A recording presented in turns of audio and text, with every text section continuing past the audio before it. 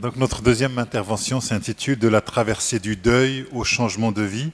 Et j'aimerais commencer par une phrase, et en tout cas un constat qui va me servir en tout cas d'hypothèse de traversée du deuil. Je dirais que aimer, quelque part, c'est sans cesse faire des deuils, quels qu'ils soient. Et cette idée du traversée du deuil, je dirais que le deuil va d'abord avec l'idée et le constat de la mort. Le constat de la mort, la peur même de la mort, la douleur du deuil, sont vécus comme ce qui va interroger le plus radicalement à la fois la vie, le sens de la vie et l'existence en elle-même. Et notre vie, et c'est là que cela devient intéressant, ne peut pas être réduite simplement à un élément biologique, elle est aussi de l'ordre de l'existence. Cela veut dire que s'il y a l'idée de l'existence, cela veut dire qu'il y a l'idée aussi de la conscience de la mort, qui fait que nous ne sommes pas des choses ou des animaux par lesquels, quelque part, la mort est soit inexistante ou soit quelque chose qui vient finalement de l'extérieur.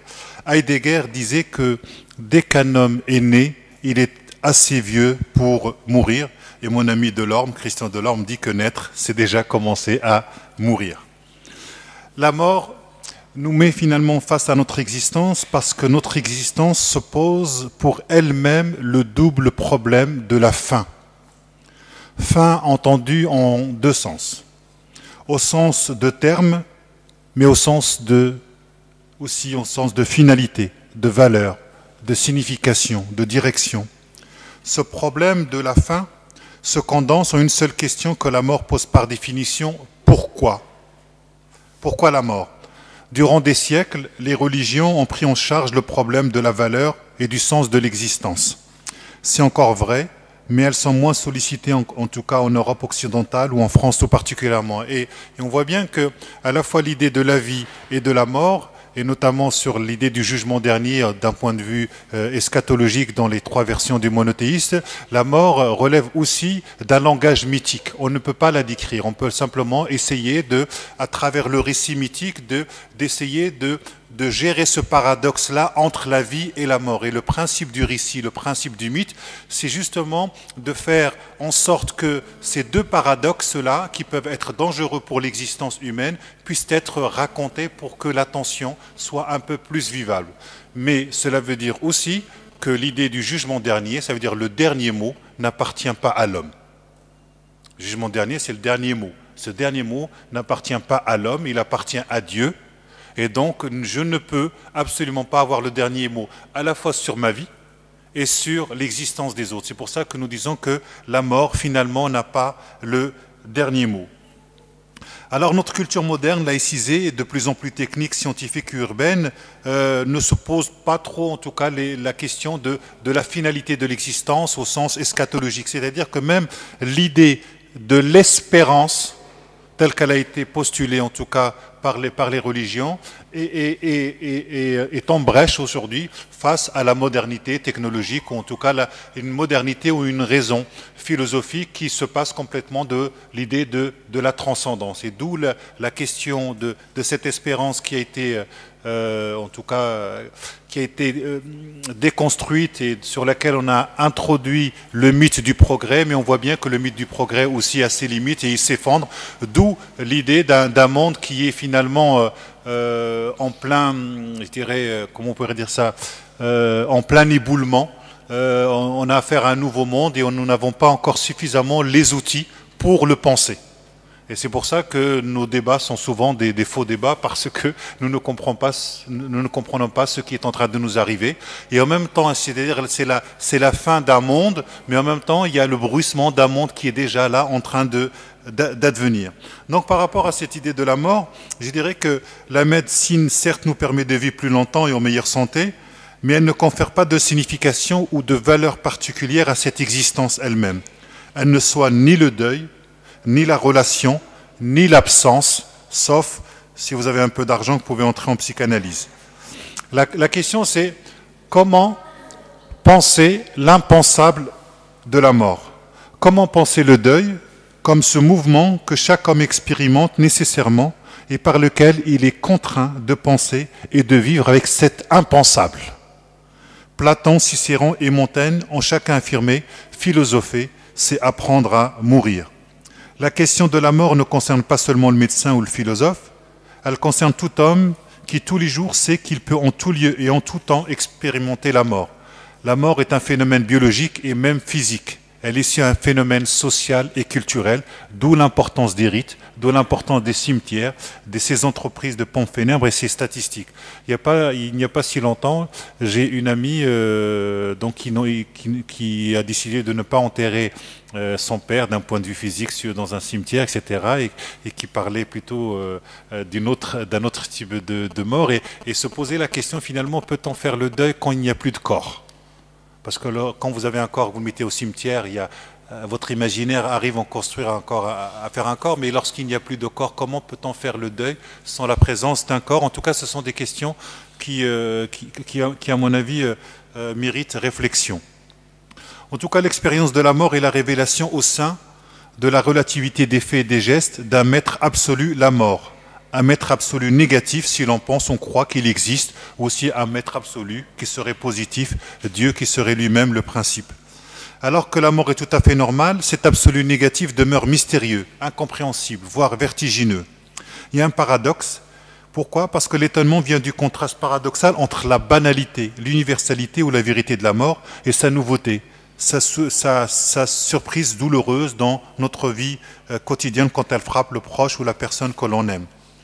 Dans ce moment-là, nous apprenons et nous expérimentons, et ce que nous savions déjà, et que tout le monde sait depuis les temps immémoriaux, à savoir que tous nous sommes mortels. Quand nous expérimentons la mort d'un proche, la mort ne peut plus être une idée abstraite. Les hommes meurent tous, on meurt. Elle est effective, elle se réalise.